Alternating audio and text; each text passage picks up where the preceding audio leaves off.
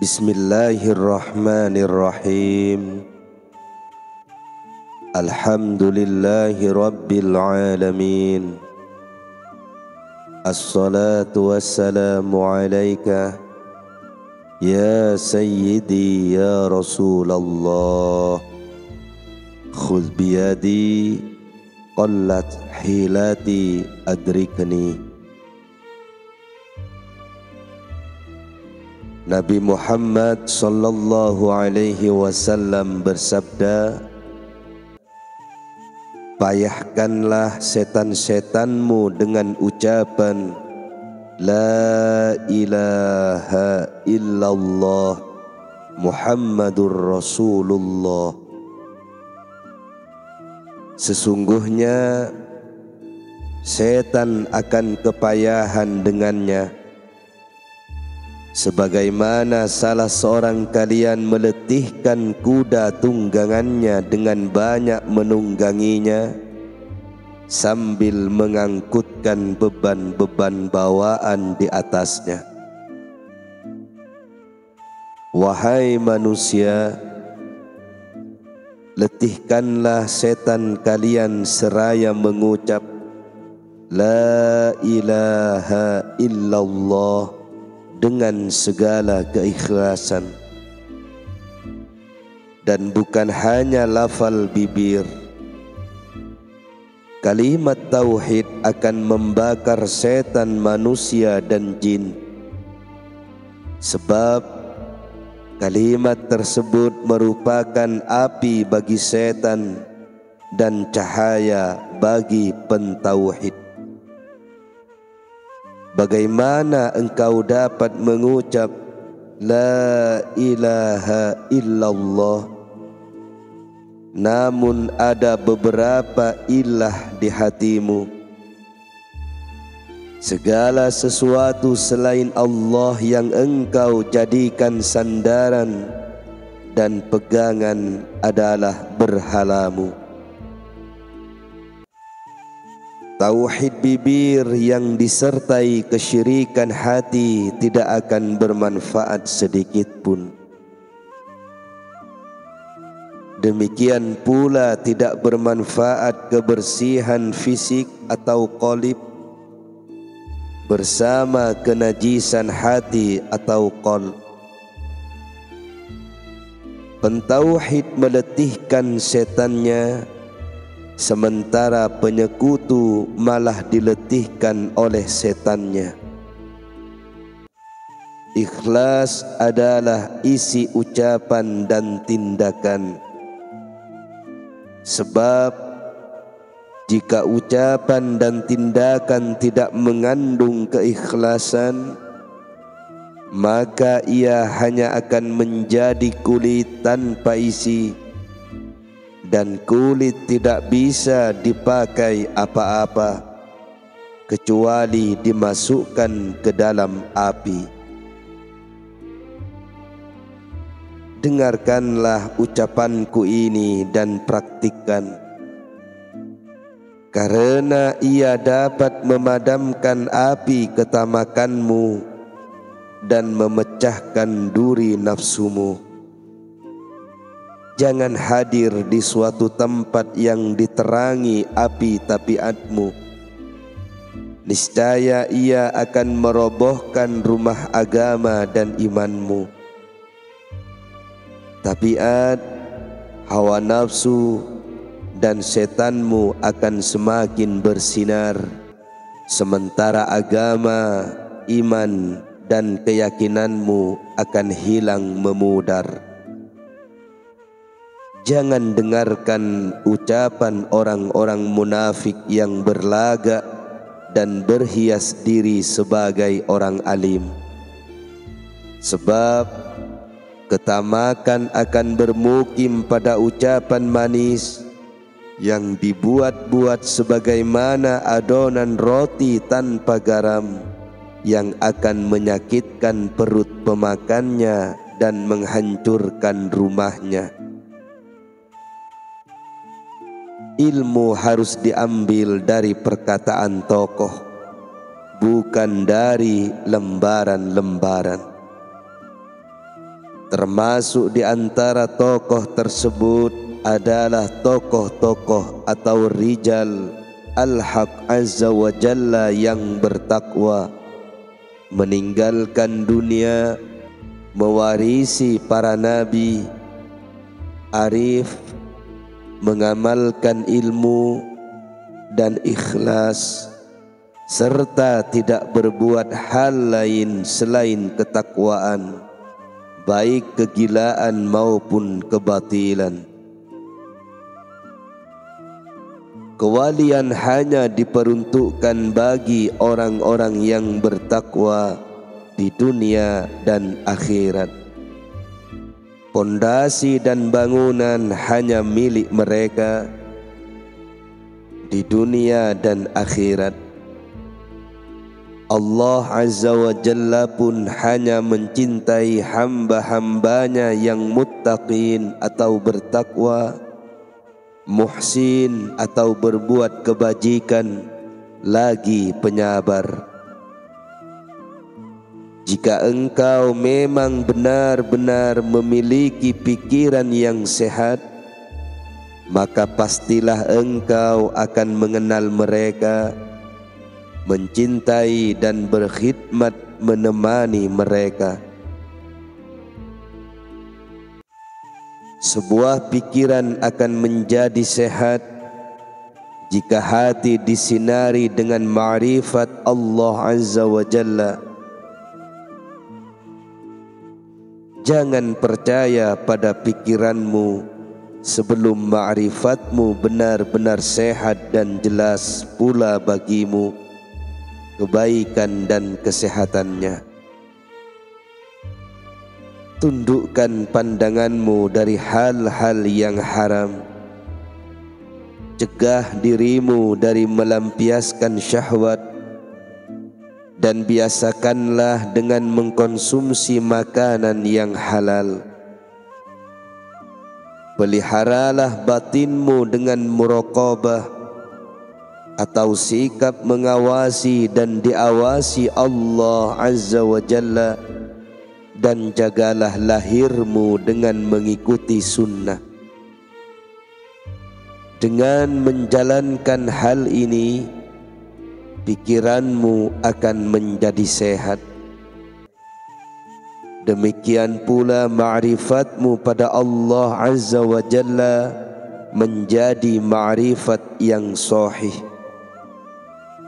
Sesungguhnya hanya akal dan hati saja yang berkembang terus, sementara nafsu, tabiat, dan kebiasaan sama sekali tidak memiliki kemuliaan.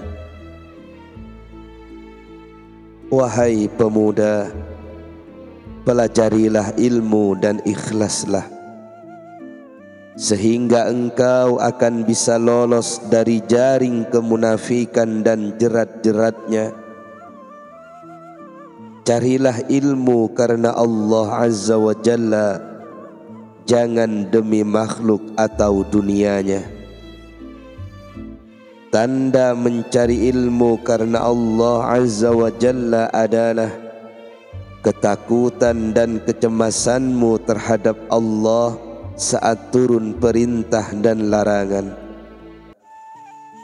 Engkau terus mengawasinya, menistakan dirimu di hadapannya, dan merendah di hadapan makhluk tanpa maksud apapun, bukan karena ketamakan mendapatkan bagian kekayaan di tangan mereka, serta menjalin persahabatan dan memusuhi karena Allah Azza wa Jalla. Persahabatan karena selain Allah adalah permusuhan. Juga konsistensi dalam hal selainnya adalah kesesatan. Pemberian karena selainnya adalah ketertolakan. Nabi Muhammad sallallahu alaihi wasallam bersabda, iman adalah dua bagian, setengahnya sabar, dan setengahnya lagi syukur. Jadi, jika engkau tidak bisa bersabar menghadapi penderitaan dan tidak bersyukur atas kenikmatan, maka engkau bukanlah orang yang beriman. Termasuk hakikat Islam adalah penyerahan diri atau istislam. Ya Allah, hidupkanlah hati kami dengan kepasrahan kepadamu, dengan ketaatan kepadamu, dan zikir mengingatmu, serta dengan menuruti dan mengesakanmu. Jikalau tidak ada orang-orang yang memiliki kehidupan di hati mereka sebagai penahan bumi, niscaya kalian akan binasa. Sebab Al-Haq Azza wa Jalla menunda siksanya pada penghuni bumi karena doa permintaan mereka. Bentuk kenabian akan terus meningkat dan substansinya juga akan terus kekal hingga hari kiamat. Jika tidak karenanya, lalu atas dasar apa bumi masih bisa bertahan? Di bumi ada 40 sosok laki-laki seperti ini. Di antaranya ada yang memiliki satu makna dari beberapa makna nubuat, sehingga hatinya seperti hati salah seorang nabi. Ada juga yang menjadi wakil-wakil Allah dan Rasul-Rasulnya di bumi. Allah mengangkat asisten-asisten untuk menggantikan posisi guru mereka. Karena itu Nabi Muhammad sallallahu alaihi wasallam bersabda, ulama adalah pewaris para nabi. Mereka adalah pewarisnya dari segi hafalan dan amalan, juga ucapan dan tindakan. Sebab ucapan tanpa tindakan nyata tidak berarti apapun, dan klaim pengakuan yang tidak disertai bukti juga tidak berarti apa-apa. Wahai pemuda, bangunan dirimu harus senantiasa berpondasikan pada Al-Quran dan Sunnah, pengamalan keduanya, dan keikhlasan dalam mengamalkannya. Aku amati ulama-ulama kalian bodoh. Pezuhud kalian adalah para pencari dan pencinta dunia seisinya, bahkan bertawakal pada makhluk dan melupakan Al-Haq Azza wa Jalla. Kepercayaan pada selain Al-Haq Azza wa Jalla adalah penyebab laknat. Nabi Muhammad sallallahu alaihi wasallam bersabda, terlaknat orang yang menggantungkan kepercayaannya pada makhluk seperti dirinya. Celakalah jika engkau keluar dari komunitas makhluk, maka engkau akan bersama Sang Khalik. Dia akan mengajarimu apa yang baik dan buruk bagimu, membedakan apa yang menjadi milikmu dan yang menjadi milik selainmu. Engkau harus selalu konsisten dan terus-menerus berdiri di pintu Al-Haq Azza wa Jalla, serta memutus sarana-sarana duniawi dari hatimu. niscaya cepat atau lambat engkau akan melihat kebaikan.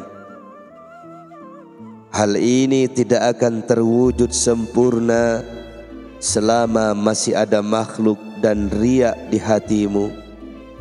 Juga akhirat dan segala selain Allah Azza wa Jalla, meskipun seberat biji sawi. Jika engkau tak bisa bersabar, berarti engkau tidak memiliki agama dan tidak pula memiliki akar bagi keimananmu. Nabi Muhammad sallallahu alaihi wasallam bersabda, sabar bagi iman seperti kepala bagi badan. Sabar berarti engkau tidak mengeluh pada siapapun, tidak terkait pada sarana, tidak membenci adanya bencana dan tidak menyukai kepergiannya. Ketika seorang hamba bersimpuh merendahkan diri pada Tuhannya Azza wa Jalla di saat fakir dan melarat, sabar bersamanya dalam menjalani kehendaknya dan tidak meremehkan sifat yang mubah, serta terus-menerus menyinari kegelapan dengan ibadah dan bekerja, maka Allah akan memandangnya dengan mata kasih, mengayakan dirinya dan keluarganya dari arah yang tidak ia sangka-sangka. Allah berfirman, barang siapa yang bertakwa kepada Allah, niscaya dia akan mengadakan baginya jalan keluar dan memberinya rezeki dari arah yang tidak disangka-sangkanya. Quran surat ke-65 ayat 2-3. Engkau seperti tukang bekam. Engkau mengeluarkan penyakit dari diri orang lain, namun di dalam tubuhmu sendiri ada penyakit yang tidak kau keluarkan. Kulihat pengetahuan lahirmu semakin bertambah, namun kebodohan batinmu juga bertambah. Tertulis dalam kitab Taurat, barang siapa yang bertambah pengetahuannya, maka haruslah ia bertambah merana.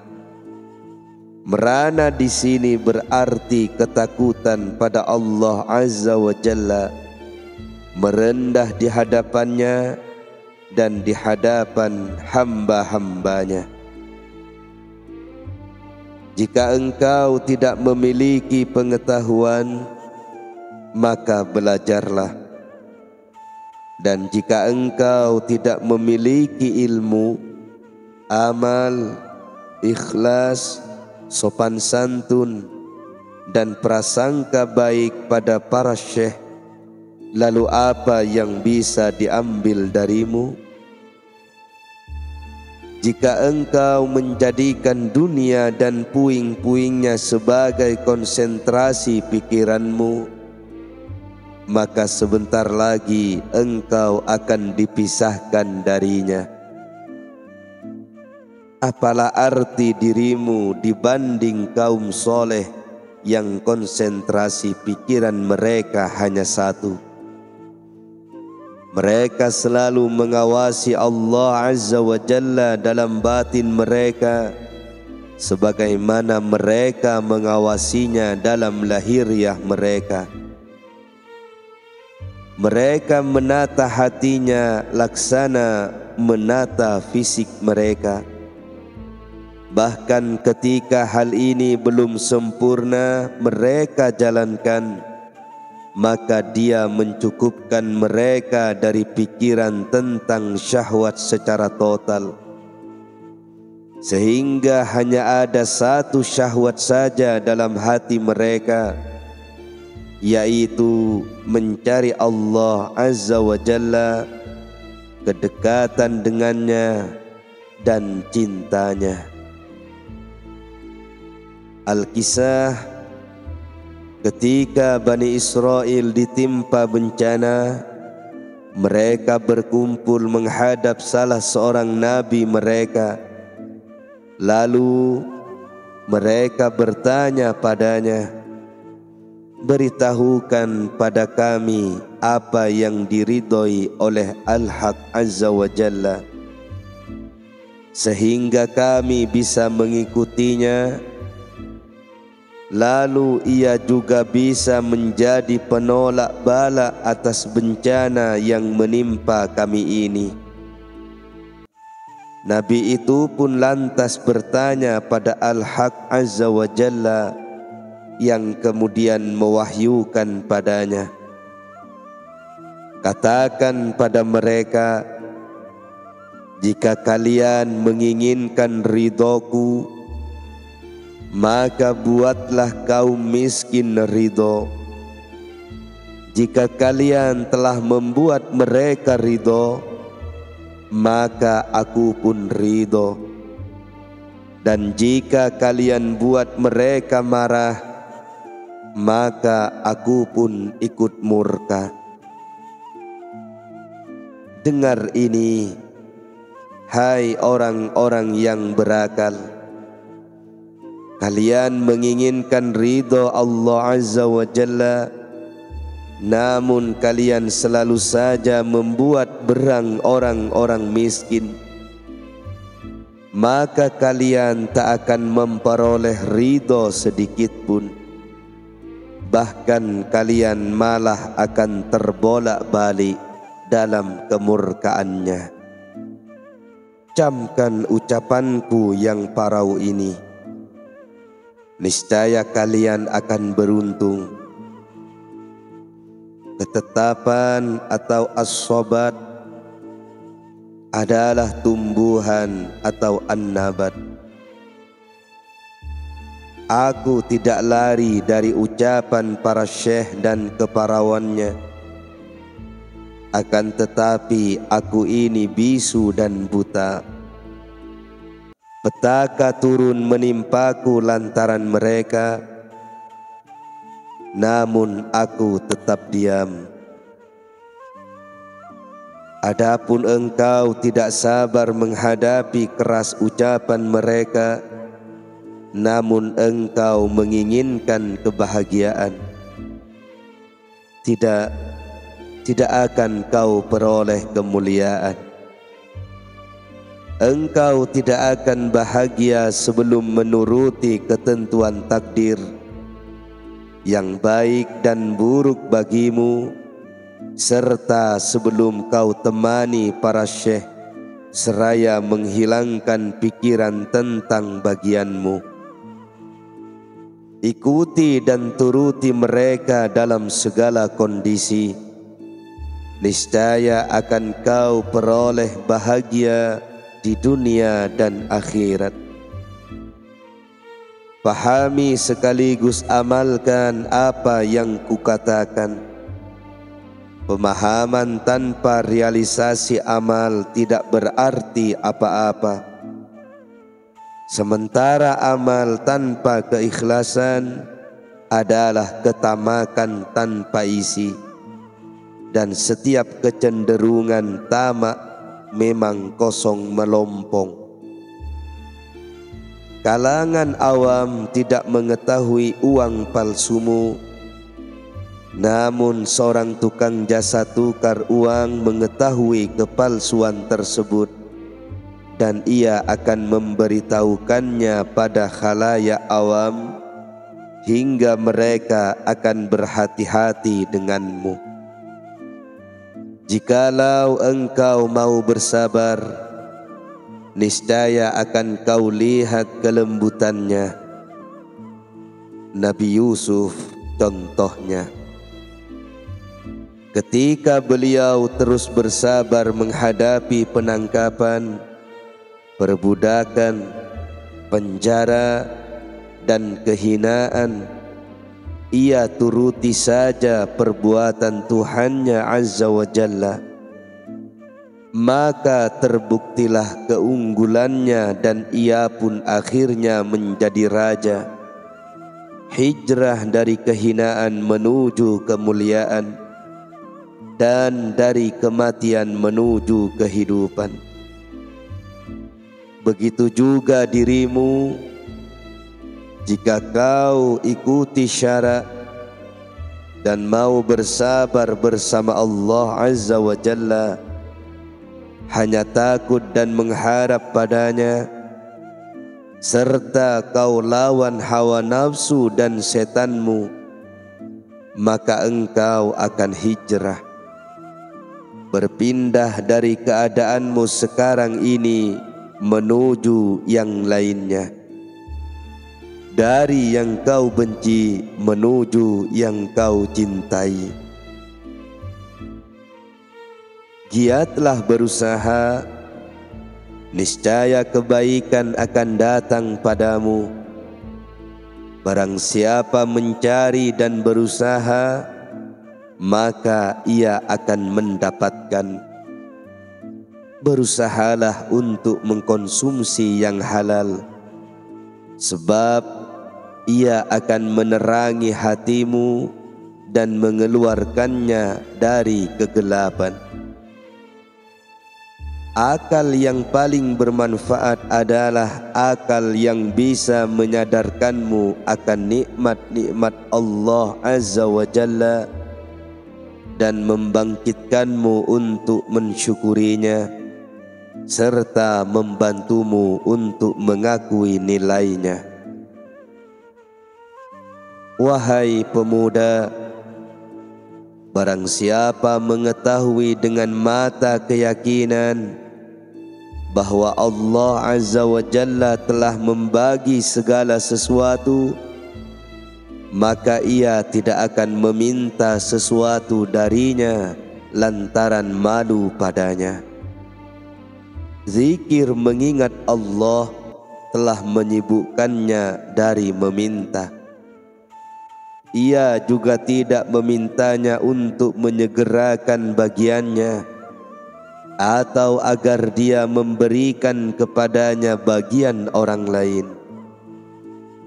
Ia terbiasa merenung, diam, santun, dan tidak pernah membantah. Ia tidak mengeluh pada makhluk, baik pada hal yang sedikit maupun yang banyak. Mengemis dalam hati pada makhluk sama saja dengan mengemis pada mereka dengan lisan.